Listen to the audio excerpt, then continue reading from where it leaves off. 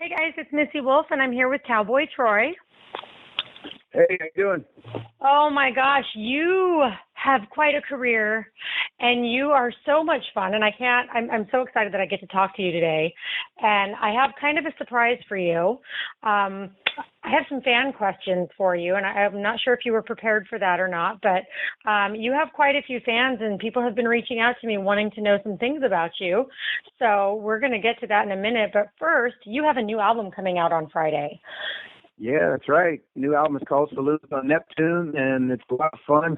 You know, people always ask me, how did you come up with the title Saloons on Neptune? And then, you know, I was sitting around talking with my buddy, Tyler Kane, who is also one of the main producers on the record.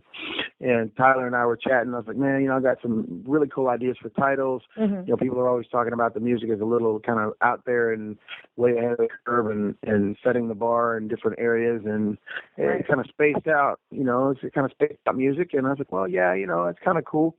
And I was telling him, you know, I started out with 15 ideas for titles or something like that. And then finally I called him up and I said, hey, man, I was thinking about calling the record something like, you know, hip hop and the futuristic sounds of country rap. And then I was like, yeah, that's a little bit of a mouthful when you're trying to say it. And then I said, well, but the other idea for a title was Saloons on Neptune. And he's like, wow, that's awesome. So we wound up with the title. Well, that's awesome. I love it. And your cover, the album cover, the art, I just thought, that's just amazing. It was so catchy, and immediately I was like, okay, I'm going to want to see more of this. So, you know, you guys are definitely creative, and you have this attitude about you and this outlook that is very, very inspiring to me, and I just wish there were more people like you. And so I want to know where that all comes from, you know, just everything that you think about your music and everything you tell people. I just want to know where that comes from because it's really awesome. Well, I appreciate the kind words. You know, I mean, originally when I kind of got started working on stuff, you know, I began messing around with music when I was in college, DJing frat parties and things like that. Mm-hmm. And then occasionally, you know, I would get up with the local band or the local DJ at the clubs and what have you, and they let me get up and rap with them. And that was kind of, you know, when I started cutting my teeth in front of crowds and things like that. And I had been kind of working on it and writing my own stuff from time to time for years. And I was always kind of wanting to do something with it, but I never got to the opportunity to do anything with it. So, you know, at one point, my mother had gotten sick, and when she passed away, I realized, you know, she was relatively young. She was 53, mm-hmm. And when she had passed away, you know, I was like, you know what, she was a young lady, and I figured, you know, I might ought to do something, you know, if I have an opportunity, you know, because you know you're not promised, mm-hmm. You know, an extra day or anything like that. So I figured I'd better, you know, get on the ball and do something about it. And so I just kind of jumped out there, and I had the opportunity to start doing some stuff, and I started making my first independent record in 2001 was a CD called Hip Hop Hysteria. Right. And from that, you know, I just kept going, and you know, after Hip Hop Hysteria was Beginner's Luck, and then after Beginner's Luck, you know, I had an opportunity to do some stuff with Big and Rich. I've been friends with them I've been friends with John Rich since 1993. Wow. And then in '99 he introduced me to Big Kenny. So, you know, I had the opportunity to meet Big Kenny, and, you know, been friends with those guys ever since. Right. And when they got their first record deal, you know, they asked me if I would be on the album with them. And then from there, you know, I got to go on tour. And so it was kind of a cool deal, and just kept doing it and kept making music. Well, and I was going to ask you about your connection to Big and Rich, because when you search Cowboy Troy online, you're in a lot of videos with them. And so yeah. I was like, okay, well, you know, obviously it's got to be more than just, you know, a business relationship. You guys definitely have the attitudes where you seem like you're just really good friends. And so that's awesome. I'm glad to hear that, you know, and it's so much fun watching your videos with you guys and, you know, together on stage. And it's very energetic and very crowd pleasing, you know, everything that I've seen from you and them together as well. But you've also had a lot of TV time, you know, aside from just Big and Rich. You performed on Dancing with the Stars, and, you know, there was stuff on ESPN. So tell me about that. Well, yeah, I mean, my first TV work, just kind of as a solo, kind of an act kind of a thing was when I got to host Nashville Star. I was actually co-host Nashville Star, but it was kind of outside of the realm of Big and Rich at the time. And I did Nashville Star for 2 seasons. Mm-hmm. And the first season that I was hosting, I hosted with Winona Judd. And then the second season that I got to host with Jewel. So I had a lot of fun and a lot of opportunities to get on camera and kind of basically hone my skills of being in front of cameras and on on stage doing that kind of stuff, as an MC, as a commentary, and a show host. And that was a little bit different, because as a kid, I kind of wanted to be like Bob Barker and Wink Martindale and Chuck Woolery. I wanted to be a game show host. And so I kind of approached it with that. So if you look at some of the old footage, it will come across as kind of a game show host, and that's why. But, it was really cool. But then, getting on Dancing with the Stars and, getting to perform with them and doing ESPN College Game Day all these years, I really enjoy the opportunity. It's a different mindset, a different headspace when you're thinking of doing television as opposed to being on stage. Mm-hmm. Now there are times when obviously you do live TV and you're doing live performances on TV. That's one thing, but when you're just getting your mind switched from being, say, at a concert to doing a performance of 1 or 2 songs on a TV set, then that's a different headspace and a whole lot of different mechanics to go into that.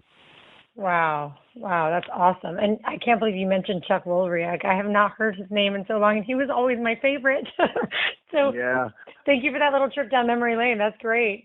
I remember, as a kid, I would watch these game shows and think, wow, that's really awesome. That would be such a cool job, so much fun. So the fact that you just said that is really, really awesome, and it's, I think, relatable to a lot of people as well, But so your current label, you're with Warner Nashville, right?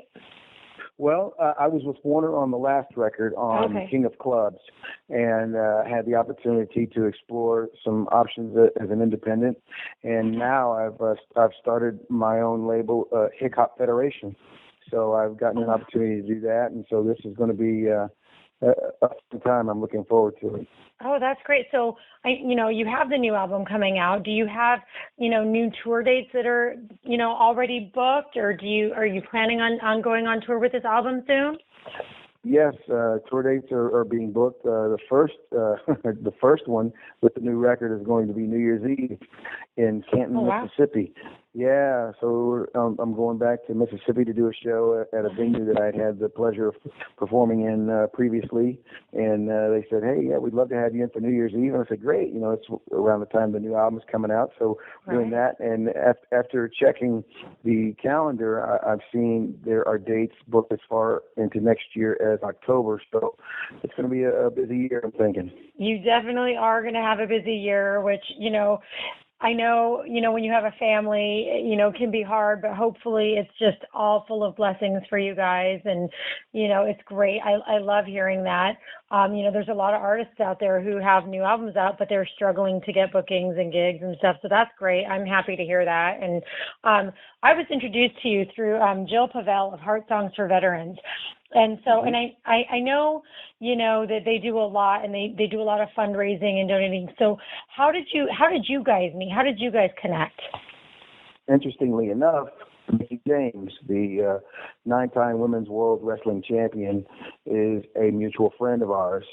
And on my last record, Mickey made an appearance on one of the songs, and we had been friends for years, and it was cool that she has also done not only the work that she does in the ring, but she also has a musical career of her own, and so it was kind of one of those things where we could kind of help boost both of our careers at the same time by doing a collaboration.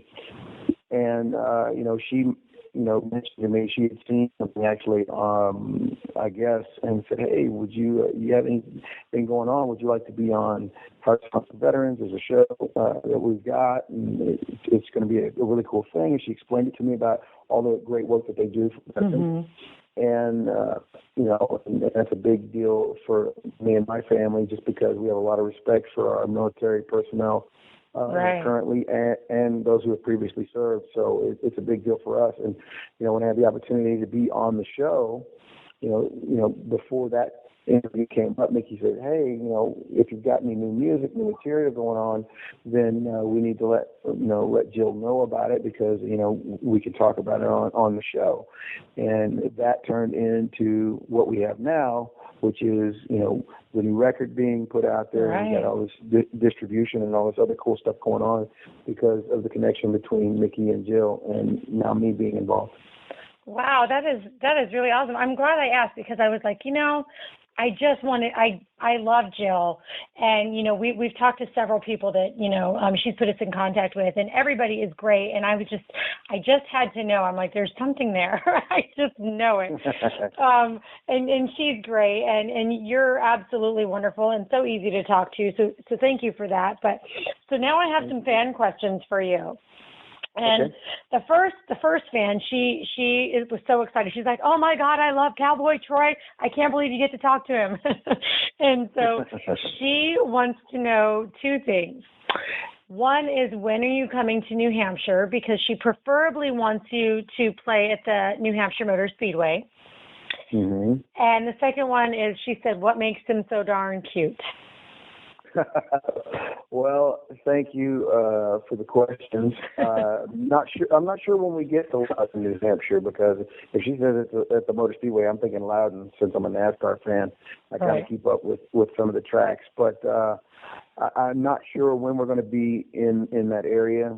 I would hope that we could get back up there. I know the closest that we are scheduled right now might be, I think it's Mountaindale, New York. It's coming up at some point. I'm not sure. But, some of those things, I'm just kind of, most of it's kind of rumor and conjecture at this particular point. So right, I don't know. Right. And I know with tour, it comes, every day, there's new news and bookings and stuff. So if you don't know now, maybe hopefully soon it'll come up and you'll be close enough to her that she can come see you. Yeah, I'm hoping so. Absolutely. Well, I mean, definitely, the thing with touring too is, a lot of people, there's West Coast people, there's just so many people to see and everybody wants a part of everyone. And sometimes it's just really hard to be able to make all of that happen. But hopefully you'll get to go to at least all the places that you'd really like to go to. Connie Womack wants to know when you're going to come to California. So, and if you don't have any dates in California and, you want to come out here, I know she'd be happy to see you too. But the next question I have for you is from Diane Michelle Moore, and she wants to know, out of all the songs that you've sung on stage, which one is your favorite? Wow. I mean, I've got a number of favorites for different reasons. I mean, if we're talking songs of my own or songs that I've covered from other artists. If you're talking songs of my own, I mean, I Put Chicken with a Train is been a defining song for my career because, people, when they first heard it, they're like, what is he talking about? Trains and all this, that, and playing chicken with it. No, it's talking about the challenge of taking such a niche format, which is what hip hop music is, a niche format, and taking that niche format of hip hop music and challenging the current establishment at the time. And everybody was thinking, man, this is going to be crazy. It's a weird idea and all that stuff. And so doing that and, the light at the end of the tunnel, is that the 515 coming or is that, the opportunity of things opening up? That was the question that we were trying to answer with that song. So, I mean, that song really kind of, put the stamp on a lot of it. And I'm really proud of that song because that album, Locomotive, and it was spelled two words, Locomotive, because I had crazy intentions when I released that record. When we wrote it, I wrote, a lot of the songs with, Big and Rich, and they produced the record on Paul Worthy. And that record itself, it was the first hip-hop album to be released on a major label. Now, when you think of it, people will say, well, hip-hop and country rap has been around. If you listen, like Charlie Daniels, Never Went Down to Georgia, and Jerry Reed, She Got the Gold Mine, I Got the Shaft. Some of those songs had country rap, hip-hop kind of tendencies with the delivery, the vocal delivery. Right. But those were one song here, one song there. Right. But Locomotive was the first album top to bottom, that was a hip hop record. And right. it was released on a major label. So that was, that's a pretty proud moment for me in my career. And absolutely. So Chicken with the Train was that song from that record. Yeah. And Black in the Saddle was the second major album that I put out, and songs on that record, that really I was proud of. Hick Chick was a fun song that got a lot of attention. King of Clubs was the third major record. So, I mean, you look at King of Clubs, Drink, Drink, Drunk is a party song. That song is so awesome. I love it. It's a lot of fun. It's a party song, and people kind of get rowdy. Yes. If you talk about songs that I've covered on stage of other artists that I really like, I'm a big fan of Social Distortion. So, when we do full band shows, usually I will cover I Was Wrong, because that's probably my favorite Social D song. Right. Oh, nice. Well, I'm sure she's going to be excited to hear that, and I'm so glad that I asked that question. She also had another really good question that I thought would be fun to ask, and that is, of all of the artists, whether they're living or past, who would you like to perform with, and why? Wow. I'm a big fan of the Eagles. I really like the Eagles. It'd be kind of cool to do something with them.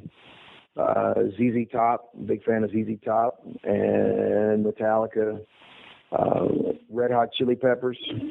Oh, I love that you are just eclectic with what you like. This is amazing. I love it. Yeah, I mean, there's a lot of artists that I really have. I have various records of theirs, in my collection. So I mean, I don't know now, and that's just kind of. Bill Withers is another artist that I've always respected his work. Right. Wow. Yeah.